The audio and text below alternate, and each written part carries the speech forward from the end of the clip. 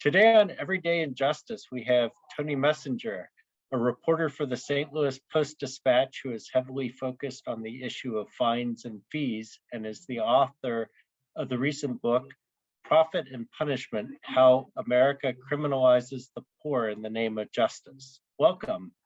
Thanks, David. Thanks for having me. So how did you come upon the issue of fines and fees in the system?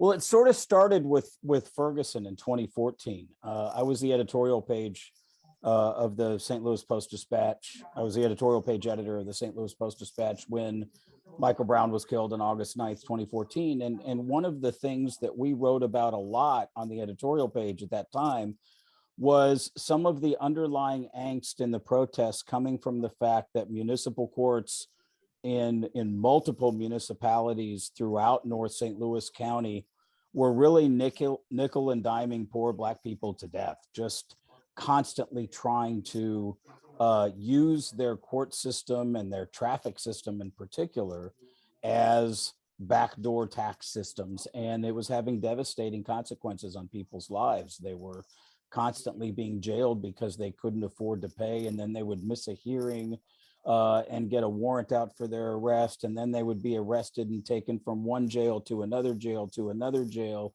And it was really an eye-opener into this problem. And I think that's when a lot of people nationally sort of recognized, more in the context of police brutality and race, that there was a real problem with how we were doing traffic enforcement in this country. So that was sort of the beginning introduction to this concept. And then in 2018, starting in late 2017, early 2018, I started writing about these people in rural Missouri who were being also jailed on relatively minor misdemeanor charges. And then they were getting a bill for their jail time.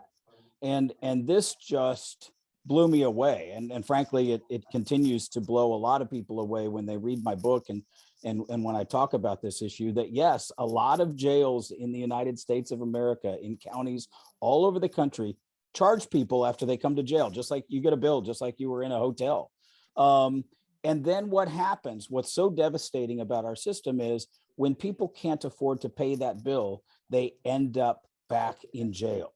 So that's what I started reporting on in 2017 and 2018 throughout rural Missouri. And ironically, the victims of that system were mostly poor and white.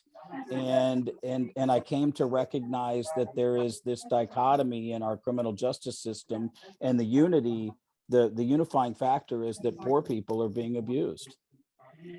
And it's kind of interesting because in your book, you even kind of almost apologize for focusing on poor white people because in a lot of ways, the story of criminal justice problems is a story of people of color getting locked in the system. But I actually like the fact that you focus so heavily on poor white people, because I think a lot of times people don't have a connection to some of the problems in the criminal justice system. And, you know, people can kind of relate to this issue that, you know, if you don't have a lot of money and you're getting assessed all these fines and fees, you could be in real trouble. Well, the section of my book you're talking about where I kind of apologized is this moment where I'm going throughout rural Missouri, and most of the victims that I'm writing about are poor and white, and I come across a couple of Black victims who were really being abused by the same system, and their stories were compelling. And I specifically didn't write about them for a while. And the reason was the Missouri legislature, I thought I had a real opportunity to get the attention of the Missouri legislature. And the Missouri legislature is dominated by white rural Republicans. And so I needed to write about people that looked like them, people that might be their relatives, people that might be their constituents.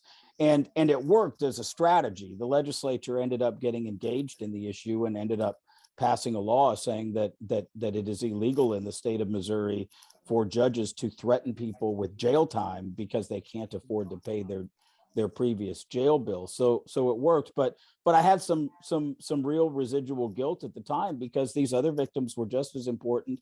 And this problem, I know now, having researched the book, affects people of color more significantly as a national problem. But at the time, I was trying to get the attention of the Missouri legislature. And, in my book, 2 out of the 3 of my main characters are poor white people. And one of my characters, Sasha Darby, is a poor Black woman who used to live in South Carolina and now lives in the Boston area. And I kind of felt like as I was reading your book, like I could kind of see how the world of poor white people has kind of moved the way that they have. I don't know if you kind of get that sense as well, or if you were too close to it. But felt like I was kind of reading a history of the last 8 years of this country. Well, the people who are affected by these schemes, they know what's going on. They're used to it. And they just sort of feel like the local criminal justice system has passed them by, treats them as so many cattle to try to collect money from them and put them in jail. I told a story in the book about the Saturday Night Live skit. It was during the 2016 presidential election that Donald Trump won, and it was this skit on Saturday Night Live, one of the Black Jeopardy skits, and Tom Hanks was a white contestant on the show with 2 Black female contestants, and he was wearing his red MAGA hat, and he was just this rural redneck from somewhere in rural America, and you could just sense how the skit was going to happen. You had this sense of, oh boy, we're going to, this is going to be great. They're going to really make fun of the rural Trumpians. And in fact, that's not what the skit did. The skit was so effective because it showed that, really poor white people and really poor Black people have a lot of the same experiences. He was getting these answers right in a way that the Black contestants understood, because they had some of the same poverty experiences. And that's one of the things I hope people, take away from this book. Criminal justice reform is becoming a very bipartisan thing because people are understanding that there's a lot of reasons that resonate with Republicans, reasons that resonate with Democrats, reasons that resonate with white people and with Black people, that we shouldn't be abusing poor people in the name of justice. We shouldn't be using our courts as backdoor tax collectors. So for those who haven't read the book yet, I mean, in what ways do these really, for a lot of people, these are, annoyances, fines and fees. Oh, I got to pay, my $300 speeding ticket. Oh, should I pay it in 3 installments, or do I just bite the bullet and pay my $300 now? But for people that $300 is a lot of money, that's really devastating. How does that then lock them into this problem? Well, it starts with bail for a lot of people. So the way cash bail is applied in too many jurisdictions across this country doesn't actually fulfill its constitutional means. And what happens is poor people who get arrested on minor charges, who are no danger to their community, end up stuck in jail because they can't afford cash bail. Then you add on to that most states underfund their public defender systems. And so while this poor person is stuck in jail because they can't afford bail, they're waiting to meet with their public defender so that the public defender can file a motion to reduce the bail so that they can get out. But they can't meet with the public defender for a week or 2 weeks. And that public defender has so many clients that they barely have time to meet with their defendant. And so eventually, after a period of a week or 2 weeks or 30 days, the prosecutor comes to this poor person who's stuck in jail on a misdemeanor, the kind of charge that those of us who can write a check would not be in jail for. And they say to this person, you don't want to be here anymore. This jail sucks. You want to go home to your kids and your job and your car and your house, if you still have those things, if you haven't already lost them during the 30 days you've been in jail. Why don't you plead guilty to this charge, and you'll get out with time served and you'll just be on probation? Well, what poor person stuck in jail wouldn't say yes to that? So they're presented with an option that is a bad legal option that somebody with money would not face. And then they sign on the dotted line to get out of jail. Well, two things happens at that point. One, in many cases, they get a bill for their jail time that may be several hundred or several $1,000s. And if they can't afford that, they are threatened with more jail time. And then they also get a bill for all sorts of fines and fees, mostly fees that have nothing to do with the dispensation of justice. These are not monies that are intended to serve as a deterrent for future criminal activity. These are mostly fees that the legislature has added to the judicial system to raise money for all sorts of extra things. For instance, one of the things I talk about in the book is a $3 fee in Missouri that has since been ruled unconstitutional, whose only purpose is to raise money for retired sheriffs. And so legislatures have added all this money. So the poor person gets out of jail. They now have this massive bill. And even if they don't commit another crime, they face all sorts of potential judicial jeopardy and more jail time if they can't afford to pay for their private probation company to supervise them, if they can't afford to pay for their jail bill, if they can't afford to pay for all of the fines that are heaped upon them. And the consequences then are devastating, because these poor people, having pled guilty to a misdemeanor that many of us would never have pled guilty to because the evidence wasn't there, because we can afford to plea bargain it, whatever the case is, poor people end up back in jail simply because they're poor. That's why I talk about this as the new American debtors' prisons. There are a lot of people in American jails who are there because they couldn't afford to pay the fines and fees given to them as a bill when they got out of jail after they pleaded guilty to a misdemeanor. So what happens to these people? They're stuck in a cycle. So a lot of the people that I write about, they didn't commit another crime, but their life became much more difficult. They lost their job. They live in an area in which they maybe can get a minimum wage job. Some of these people, unfortunately, have drug addictions, and so they have to battle that drug addiction while the cloud of all of these fines and fees and court system hangs over their head. And their poverty is made worse by the criminal justice system. All of the people that I write about, not all of the people, but almost all of the people that I write about in my book ended up having more jail time presented to them, forced to go back into jail because of the financial repercussions of being unable to pay their fines and fees, not because they were out there committing more crimes. And that is a common situation throughout the United States. So, and you mentioned this in your book, and I often get, when I try to bring up these issues in my own writing, people who say, well, if you can't, do the time, don't commit the crime. How do you respond when people just lack empathy and say that they shouldn't have broken the law in the first place if they can't afford to pay? Well, it's hard because some people just aren't willing to listen to, to the reality of what's going on in the world. But I try to ask them, I was like, okay, so let's take Brookebergen, one of my main characters in the book. She stole an $8 tube of mascara from Walmart, ended up doing a year in county jail because of it, and then getting a $15,000 bill for her time in jail and being threatened with even more jail time.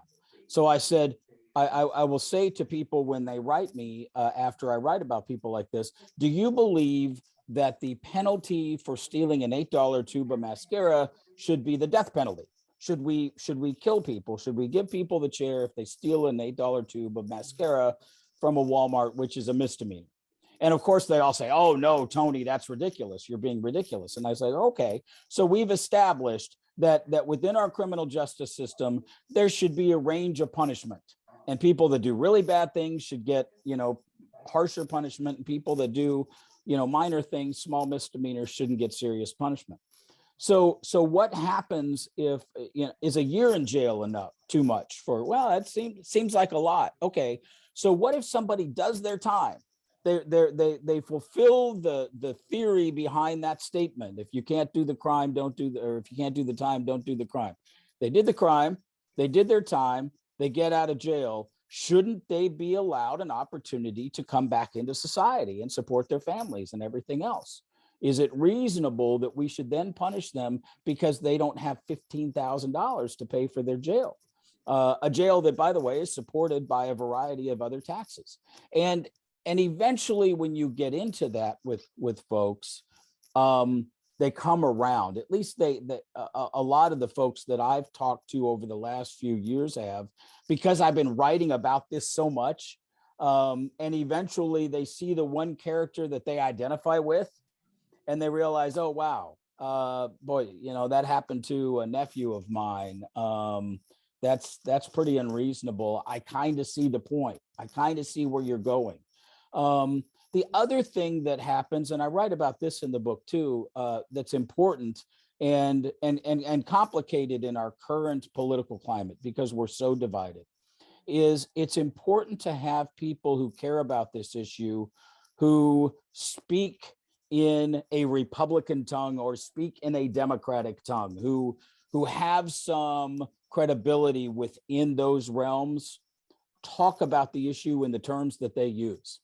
An example, I grew up Catholic, and for a period of time, I was a youth leader at a church I belonged to in Charlotte, North Carolina.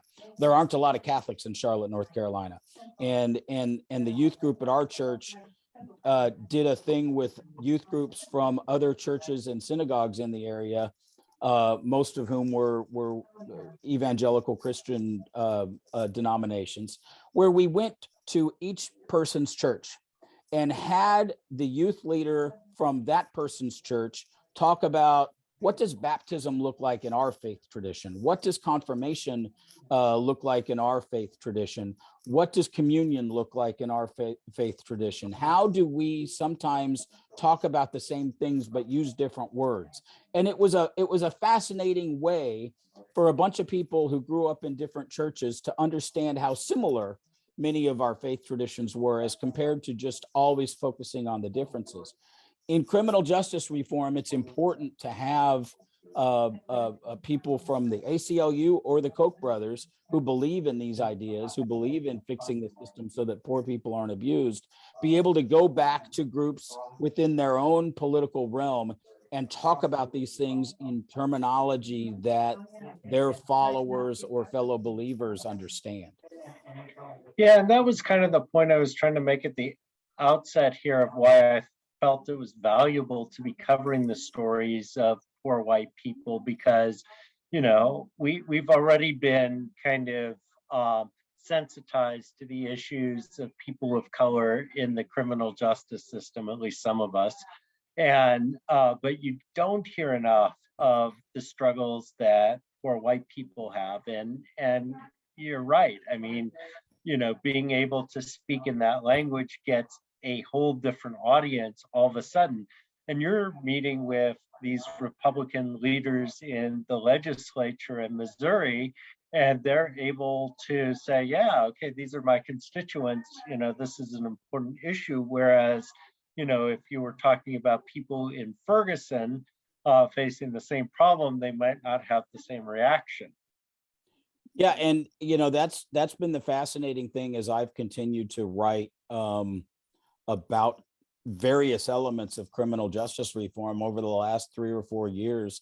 There really is a widespread bipartisan belief in doing some of these things. There are conservatives and liberals who believe in bail reform. There are conservatives and liberals who believe that private for-profit probation companies shouldn't be used to help put more poor people back in jail.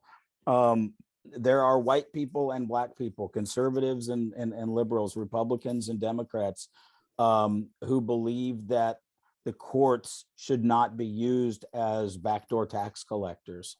And sometimes they speak in different languages, and they don't necessarily find certain messengers credible. I mean, I remember one of my first couple of meetings with some of the white rural Republicans who run the Missouri legislature, who were interested in the columns that I was writing on this topic.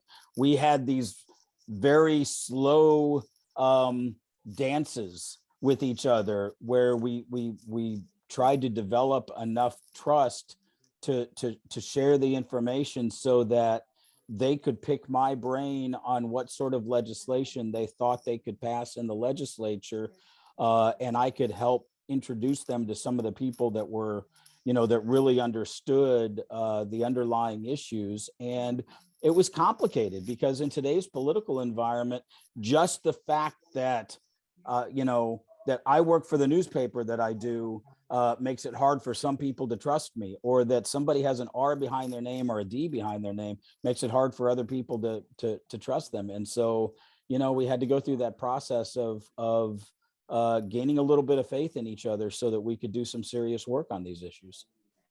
You had some amazing stories, like the small city that almost existed just to be able to drop the speed limit down far enough to trap people into tickets. Can you share that story? Yeah, so there's multiple cities that there's a lot of people, I think, that have had this experience in different places in America where they've been caught in a speed trap, and they have a town that famously exists just to raise money for this. So the one that used to exist in Missouri is called Max Creek, and it was a city that didn't even have a police force. And it's near Lake of the Ozarks. A lot of people around the country go there for vacation, big, huge lake in the middle of Missouri. Well, Max Creek happened to be in an area where a lot of lawmakers were driving from Southwest Missouri to Jefferson City in the middle of the state. And some of these lawmakers were getting these speeding tickets because Max Creek realized, hey, wait a minute. If we drop our speed limit from 45 to 25 and hire a couple of cops, we can make all sorts of money. And after a few years, they realized that Max Creek was getting almost all of its revenue from traffic tickets. And they were using that revenue to hire cops to arrest more people on traffic tickets to raise more money. It was just this cycle that was repeating itself. And eventually the Missouri legislature got wise to it and started the process that continued after Ferguson of reducing the amount of money that a city can depend upon on revenue from traffic tickets, so that the police department and the courts are not being used as a backdoor tax system, as a fundraiser. I, as I write about in the book, have the occasional lead foot and have been pulled over in a couple of these cities. Edgar Springs in Missouri. I was stopped in a city outside, I forget the name of it right now, but outside North Carolina, going to visit my son at a Marine base. And I tell the story in the book of, by the time I got home from getting that speeding ticket at the town in North Carolina, I had a bunch of solicitations from lawyers in that town, including the former mayor of the town, who probably invented the scheme, saying, hey, you don't want to pay for this speeding ticket, we can help you. And it's just this amazing system where everybody's in on the game. And it's all about just raising money for the city and raising money for the lawyers and raising money for everybody except for the poor people who get stuck because they went 45 and a 35, or whatever the case is. And that's just one of the points that I make in the book, is that we shouldn't be using the criminal justice system as a fundraiser. If we really have a public safety issue, whether it's speeding or murder or theft or whatever the case happens to be, drug abuse, then we should design things to try to improve our public safety. But to try to use that system as a fundraising tool is just anathema. It shouldn't happen, and it has devastating effects on poor people. Every time that a local body or a state body decides to to use the criminal justice system for that purpose. Why is it so hard to gain a handle on this problem? Oh, because it's been around for so long. I mean, there have been fines and fees in the criminal justice system for as long as the criminal justice system has existed, but it's really gotten worse, as I write in the book, since about 2008, since the last recession. And so many state legislatures have added fines and fees to the criminal justice system that it's really hard to undo the system. I don't write about this in the book because it came about after the book was done, but there's a piece of legislation in New York right now in the state house in New York, filed by a Senator Julia Salazar, who's a Democrat in the state Senate in New York, and the legislation is called the End Predatory Fines and Fees Act. And that piece of legislation tries to get rid of all the fines and fees that exist in the court system. And in order for that to really work, you have to do that at the legislative, in a state legislative body. And if you get rid of all the fines and fees, you're talking about millions of dollars in a state budget. And so you have to have lawmakers willing to either do without that revenue or find other revenue sources, other tax sources, whatever, in order to replace that amount of money. That's a hard problem to deal with. It's not just a matter of judges saying, I'm not going to put poor people in jail because they can't afford these fines and fees. It's about undoing years and years of legislation that created those fines and fees to begin with.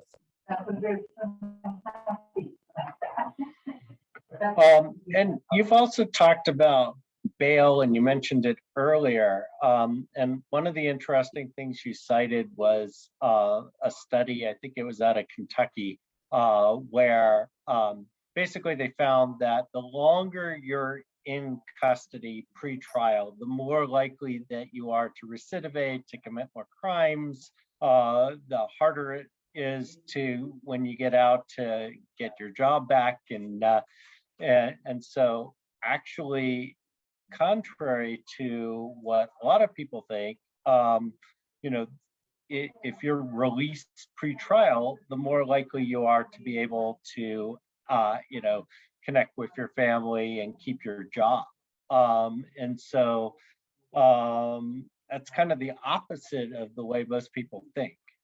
Yeah, I just wrote an op-ed about this in the Washington Post about a week ago, and it's really frustrating because as a member of the media, I've seen this happen. I've seen it happen in St. Louis. It happens in New York, in New Jersey, in California. Any place where there's been a push for bail reform, you're going to get immediate pushback from the police union and the sort of traditional tough on crime crowd. And what's going to happen, and what always happens, is there will be one anecdotal case of some person who's let out on bail that commits a violent crime, and they become Willie Horton, the famous former defendant who was let out on parole that became an ad in a presidential campaign. And there will be big headlines about person out on bail, commits domestic violence or commits murder or whatever. And there's all of this hoo-ha and anger over one anecdotal case. But there's actual real data that the Arnold Foundation produced in 2013 in a long-term study looking at Kentucky low-risk defendants that shows that when you let people out of jail, when they don't spend any time in jail, when they're low risk, they're facing mostly misdemeanor or non-violent felony crimes, and instead of being stuck in jail, they're able to continue their employment, they're able to continue their life with their families, do all of the things that the rest of us would do if we're charged with a crime, instead of being in jail. Those people are significantly less likely to commit more crimes than people who are held in jail on bail. And that study's the most comprehensive one that I have found, that other researchers that I've talked to have found. And it's clear our public safety is made better overall by holding fewer people in jail on cash bail. And again, one of the things that a lot of people don't realize is that a lot of people in jail are not there on violent offenses. They're there on misdemeanors, sometimes felonies, but not necessarily violent ones. And they shouldn't be held in jail unless they are a danger to the community or there is a legitimate real risk that they will flee and not show up on their warrants. In New Jersey, after voters there reformed their cash bail system, the state judiciary had to produce a report every year starting in 2018 that says, hey, you know, what happened to our jail population? What happened to crime rates? Did people show up for their court dates? And bail reform in New Jersey worked. The court's report said that crime did not go up statistically. The jails were significantly lower populated. People stayed in jail for a significantly lower amount of time, and they were still showing up in their court dates about the same percentages they were beforehand. So bail reform works, and if it doesn't make us safer, it at least doesn't make us less safe as a community. And so, you know, that's one of the arguments that I think often gets lost when we see these stories on one anecdotal piece. The Arnold Foundation study from Kentucky from 2013 is just, it's an eye opener. And when you think about it, it just makes sense. If you don't have to go, I mean, this is a minor example because most people don't get jailed for a traffic ticket, but I got a traffic ticket several months ago. And because I'm a person of means and knowledge, I knew to email the prosecutor and say, hey, what can I do to get this? I didn't want to have to pay a speeding ticket and have my insurance rates go up. So the prosecutor says, well, send me your court record. So I knew to go to the local DMV office. They would print out my court record. I got my court record. I emailed it to the prosecutor. The prosecutor said, I'll drop this to a non-moving violation. I had to pay a $300 fine, which is really the point. They wanted their money. But I didn't have an effect on my criminal record, and I didn't have an effect on my insurance. And so I had no general effect on my poverty situation other than I had to write a check for $300. When poor people in the same circumstance don't have an ability to get out from this, sometimes they get jailed, even over traffic offenses. There are poor people who get jailed when they get pulled over for speeding, if it's high enough, or if it's a DUI or whatever else. And they're unable to do anything while they're in jail, and they lose access to their children and their car and their income and everything else. And so it makes complete logical sense that somebody who's stuck in jail for 30 days and has all sorts of repercussions is more likely to commit some further crime than somebody facing the exact same crime who wasn't in jail for those 30 days, and they were able to continue to work and make money and pay their bills and take care of their family. You know, I don't need a study to tell me that makes sense, but I've got a study that tells me that makes sense. And it means that bail reform actually done right could make us safer all across the country and save all sorts of money that we spend on mass incarceration that could instead get spent on other public safety measures. So whose story of the many stories that you told really stands out to you? The one that really got me going, and I think got people in Missouri interested when I was writing these columns, was Brookebergen. Brookebergen lived in Dent County in the middle of Missouri. She was poor. She's somebody who battled drug addiction. She had had an interaction with the courts because of drugs. But in this particular case, she stole a tube of mascara from Walmart. She got arrested. She ended up in jail. She was able to get out of jail, but she had to fulfill all of these pretrial release responsibilities assigned by the judge to a for-profit probation company. And these for-profit probation companies, they exist on a business model that says they need repeat customers. Well, how do they get repeat customers? They put their customers in jail. And so Brookebergen has to call into this company and drug test. Well, she's a drug addict. It doesn't matter that she wasn't arrested on a drug charge. She's got to do these drug tests. One, she has to pay for them, and if she can't afford to pay for them, she's going to jail. And two, if she does take it and she fails a test, she's going to jail because she's violated her pretrial release. Well, that's what happened to Brooke. Over this $8 tube of mascara, she ended up in jail 5 days at a time, 10 days at a time, 20 days at a time, several different times, because she couldn't fulfill all of the pretrial responsibilities. And eventually the judge just said, the heck with it, I'm sending you to jail for a year. And so she did a year in the county jail for shoplifting. I didn't meet Brooke until she got out of jail, and she ended up being this story of a person who was threatened with jail time again because she owed $15,000 for her jail bill. And, you know, that story really resonated with people because they just understood, wait a minute, okay, you shouldn't shoplift. That's not good. But what public safety or taxpayer purpose does it serve to put this person in jail and then spend money on marshals and court personnel and judges and a full courtroom every month to require people like Brooke to go to the courthouse and pay their $50 or whatever they can afford to pay? And she's never going to be able to pay that $15,000.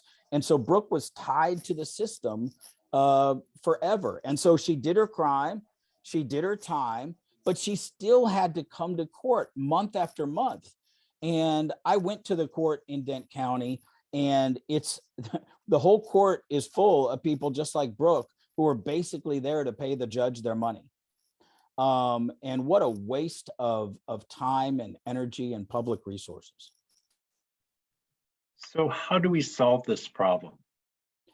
Well, you know, we can start with simple actions. If judges were to just agree in all cases to fulfill their constitutional responsibilities and make sure that every poor person has an ability to pay hearing before they threaten them with jail time, either at the beginning of the process with bail and not using bail as a punishment tool, or at the end of the process after they plead guilty and realize, you know what, this person can't afford to pay these fines and fees, I'm going to waive them. Judges can do that in almost all jurisdictions right now. So, that's, I focused a lot in my book on judges because I thought a lot of the criminal justice discussion elsewhere was focused on police and prosecutors. And so I think judges could step up and do a lot of this right now. And it's interesting that the people with the black hat in my book, in many cases, are these rural judges that are sending these poor people to jail. And yet in both Missouri and Idaho, two very conservative states, the Supreme Courts of those states ruled unanimously that judges should not be sending people to jail simply because they're poor. So I think that's the first place where we start. The second place has to be bail reform, because that's really the beginning of the system. That's when poor people really end up paying a different price for justice than the rest of us. We have to implement bail reform and only use bail in the most serious violent crimes and in cases where we really have a fear that somebody's not going to make their court date. That's the only constitutional purpose for bail, and that's what we should use it for. And then the third step, and the harder step, is to change state laws as it relates to charging all of these fines and fees. We should follow the example of the bill that's in New York right now, the End Predatory Fines and Fees Act. We haven't talked about this, but one of the things a lot of states do is they suspend driver's licenses if you fall behind in your court debt. We should get rid of that. There are a lot of states that are starting to recognize that that's an unfair process that doesn't really serve a purpose, and so they're changing their laws. Illinois most recently and Nevada most recently, getting rid of laws that say you can suspend a driver's license over court debt. Because think about it, you lose your driver's license, now you can't drive to go get your job. How are you going to pay for your court debt? And so the end result then has to be our state legislatures have to get rid of fines and fees and get rid of elements in the system that primarily punish people because they're poor. Yeah, and It's interesting, like, I live in California, so California's done away with, losing driver's licenses over inability to pay. Last year, there was a Supreme Court decision, the Humphrey decision, which, prevented the use of bail, keeping people in custody simply because they were not able to pay bail. There's a lot of resistance even in California to that one. So it's going to be an interesting battle. There is, and it's a tough battle to win because there's a lot of people making money on the criminal justice system. And those are generally the ones who are pushing the fight against the reforms. So I think this is a really fascinating issue, and I only actually became aware of it when I went to the cashier justice seminar at John Jay College a couple of years ago, where you were as well. But thanks for sharing these stories. Hey, no problem. I appreciate it, and I hope more people buy Profit and Punishment and learn about this problem that exists in every state in America. Tony Messenger, his book is called Profit and Punishment: How America Criminalizes the Poor in the Name of Justice. I strongly recommend the book. It's a good read, very interesting and eye-opening, even for somebody who now is somewhat familiar with these issues. Thank you for coming on Everyday Injustice. I'm your host, David Greenwald. Join us again next time for more tales from the injustice system.